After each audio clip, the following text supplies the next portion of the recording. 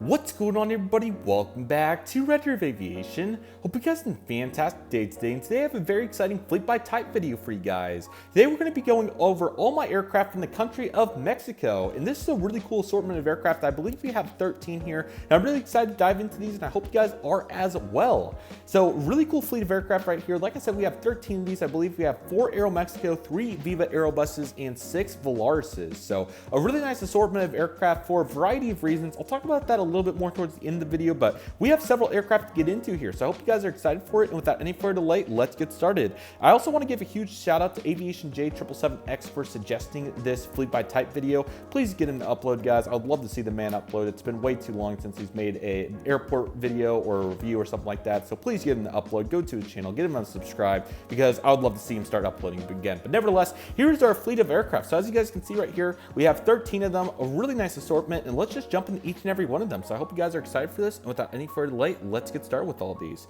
So zooming into the far over there, as you guys can see, we have one of the backbones, possibly perhaps the biggest backbone of my collection here, is the Aeromexico Connect Embraer ERJ-190. This is a GeminiJets model that came out in 2016, and I'm very glad to have this one. So obviously, as you guys may know, this flies to Dallas-Fort Worth all the time, and it's been doing that for many years, so that's why I chose to get this aircraft, and it's been a great addition to my collection. So I absolutely love the Aeromexico Connect 190. It's a really cool looking aircraft, and I love the detail of it. I've got to see several over the years as well, so that's also been really cool, and I hope to see more of them in the near future. Aeromexico obviously started service back to Dallas in July, so I've been really glad to represent them at DFW, and it's been a great addition to my fleet. So really glad to have that one, and that is a great model to say the least right there. Our next model is actually a kind of a retro one, but this one I think actually is still kind of flying a little bit. Is the this is actually an Aero Classic, I believe, 1:400 scale Aeromexico Boeing 737-700 with the chrome fuselage. So I got this model way back. I had this weird, I don't know what I would like to call it. I just thought that the Aeromexico livery was really cool, and I decided to buy some of them, excuse me, I cannot talk today, including this one, the 757 that's over there in the corner of the screen, and also the SkyTeam 767-200. I did sell the SkyTeam, and I was close to selling 757.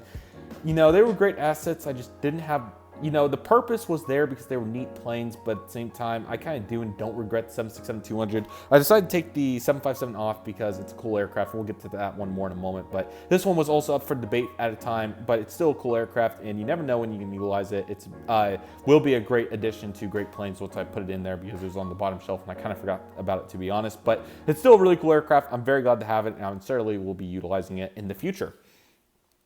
The next aircraft is a replacement for one that I had previously, and that is the NG models Aeromexico 737-800. Like I said, this model is by NG, and I did have the GeminiJets version.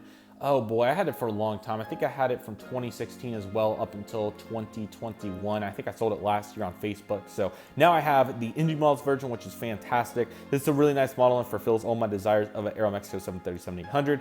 Very glad to have this one. NG did a fantastic job on it, and I think it's a great addition to the collection. It's a beautiful airplane with the Scimitar winglets, and I'm really glad to have it. So there's the Aeromexico 737 by NG models. And here is that Aeromexico 757-200 that I was just talking about. So this one, like I said, I thought about selling. I ended up getting this one, like I said, because it was just, I thought it was fascinating, to be honest, and that is why this one is in my collection. You guys will probably see some hesitation, or I don't even know what you'd want to call it, but I don't know what the term I want to use for it is, but there's some reminiscence there of, I actually put tape on over the Aeromexico titles to act like it was kind of a graveyard plane, which is pretty cool, but I did end up bringing it back to commission, of course. I think I also had on the tail there, you can kind of see some of that leftover residue on the tail, so I did use it kind of in that way, which was very neat, but nevertheless, still a really cool aircraft. It looks really cool. This one, GeminiJets, is older releases. You can see the one-piece mold horizontal stabilizer there, really signifying that. It looks really cool, so I'm very glad to have that one, and that one looks fantastic, and it's a really cool aircraft to say the least. All right, Viva Aerobus. So Viva Aerobus has been a more recent addition to my collection. I believe I got this first one right here in Master Unboxing 20, so that would have been in September of 2020. So I've had these for a little over 2 years now. So let's dive into these. So the first one is the Viva Aerobus A320 by Phoenix Models. This has the fence tips on it. I recently did, unfortunately, have to get rid of my second one, but I still do have this one right here. It's a great asset. I'm very glad to have this one. They've been flying to Dallas, and I think hopefully they'll fly to Phoenix at some point in the future, but nevertheless, I do have this one, and I'll talk about the future project with all these here in a moment, why I have so many of them, but yes, you guys will see here in a second. The next one I have is the Phoenix model version, but this one has the sharklet. So this is also a beautiful looking aircraft. Actually, I think I had two Shotcut aircraft and one fence tip. So it was the Shotcut that I had to get rid of, unfortunately. But nevertheless, this one looks fantastic. I think it's a really nice airplane. Really glad to have it in my collection, and it's a beautiful looking aircraft to say the least. So that is a great looking aircraft, and it looks really nice to say the least right there.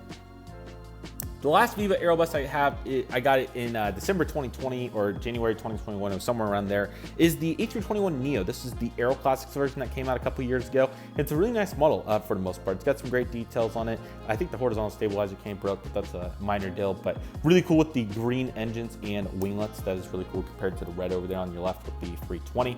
I think this is a really cool aircraft, and again, I'm very glad to have this one. It has a variety of really cool characteristics with it, and yeah, I'm very excited to use this one in the future. And we'll have to see if we get a more improved version of it in the future, but nevertheless, this Aero Classics will certainly be suitable for the near future.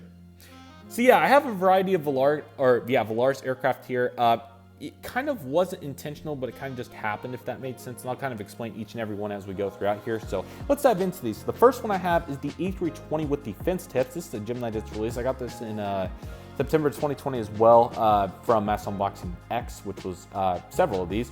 Now, the reason I chose to get this one was because I was really on the hunt for a Shotcut one at the time, couldn't find it, just wanted a normal 320. I got this one, I've been able to use it quite a bit, so it's been a great asset to have. I also got to see one at Phoenix, which was also very cool. And it also has the, okay, this one doesn't have the number registration, but I know that there are some of these that do have the numbers, which actually the Shotcut right there next to it does. But I also thought that it was just cool to have this one in general, and it's a great addition. But like I said, the predominant purpose was I was looking for a Shotcut, couldn't find one, so I got this one instead.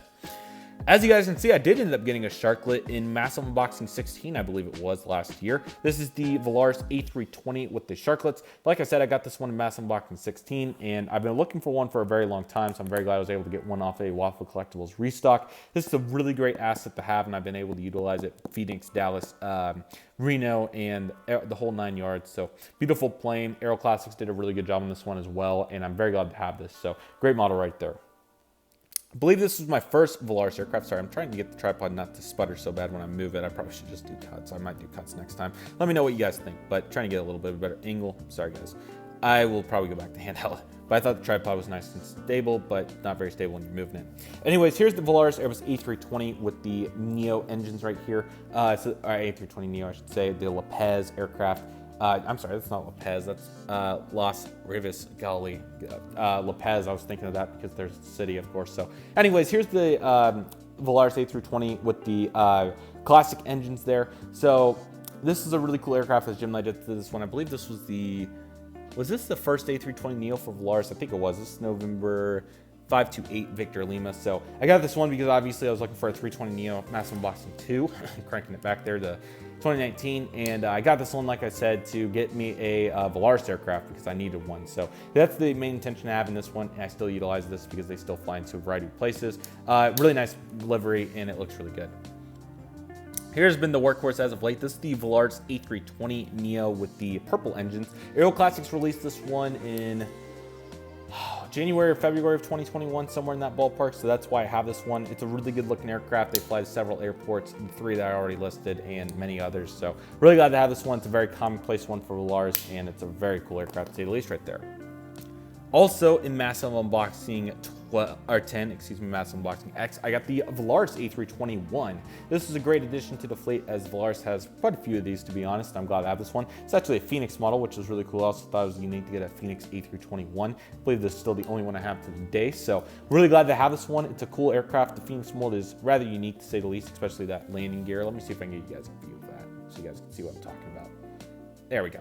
So very unique landing gear there compared to some of the other manufacturers, and it's a good looking aircraft, so I'm glad to have this one in a really nice one there by Phoenix. The last aircraft I got was in December of 2020, and that is the GeminiJets 1:400 scale Volaris Airbus A321 Neo, also with purple engines. This is a really nice release that they did, like I said, about 2 years ago now on the dot. It's a beautiful looking airplane. I'm glad to have this one. Really vibrant colors and just looked great in general. So the Aero Classics ones don't quite have as much color, especially on that purple pinkish shade. The others are pretty well represented, but the Gemini really stands out to me here in terms of the coloring. So good job there by Gemini for getting that. It looks really nice, and Volaris has a great presence in my fleet for the airlines and aircraft I have out of Mexico. All right, so you guys are probably wondering why I have so many of these, because obviously I only mentioned a couple airports, and you probably wonder why I have 6 Volaris and all that fun stuff. Well, obviously you guys know this. I'll go into a brief story time here, and then we'll dive into the future details. But obviously I've been trying to do a San Del Cabo model airport for about 2 years now, and in Massive Unboxing X, I acquired most of these, at least half of them probably, and was getting ready to do it. In 2021, early 2021, I was trying to get my Richmond airport off the ground. I got tied up / misused time, because, you know, I did spend a good amount of time. I wouldn't say I was not being productive, but I probably spent a little bit more time than what I should have not being productive. And so that didn't end up getting done. The Richmond display, and then obviously I got very ill with Epstein-Barr virus or mono. So that obviously lingered, and then I was just predominantly focusing on getting my content back to full speed. And that happened by January 2022.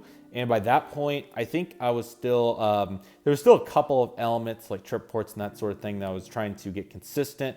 You know, the airport vlogs and some of the other content forms that I kind of worked into. And then over this previous summer, I got really tied up with my flight training and also work, and then just making sure that all the other content I was uploading daily, of course, so the release reactions, the model reviews, all those content forms took a significant amount of time. And I think I was just trying to find my groove and trying to decide what I wanted to do long term. The other reason as well that I provided in the channel updates was because college obviously was coming up, and I didn't want to not be able to do airport updates on it consistently. So I think that was my other main factor. By now I've realized that college is not going to take that much time away from me, luckily. So now we're pretty much here in December of 2022, and this fall I have utilized my time really well on a variety of topics, and new model airport has been one that I'm thinking about. You know what, you can see the wooden top right, so I've actually been thinking about it. I just haven't decided, because okay, I'm going to leave a sneak peek here, and I want you guys to comment below, because if you made it this far, I would like you guys to hear. So about 2 weeks ago during Thanksgiving, I sat down and I was like, you know, San Del Cabo is a great airport. It's a moderate size. It'd be a good one to be able to do. But should we take it to the next level? Because I noticed that you guys really enjoyed my Great Plains model airport that I debuted earlier this year, or, you know, in the mid part of this year. And I thought, you know, maybe I should go bigger.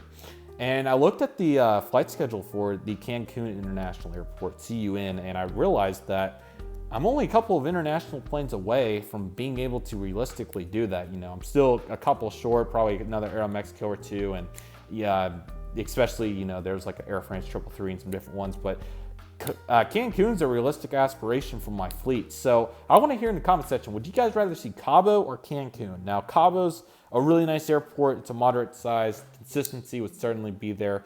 I think it would work really well. Cancun, on the other hand, is a little bit bigger, but I still feel like it would be very doable on a consistent basis. They have a ton of variety, great fleet of aircraft down there, and it really give us a unique mesh of all kinds of North American and also international operations.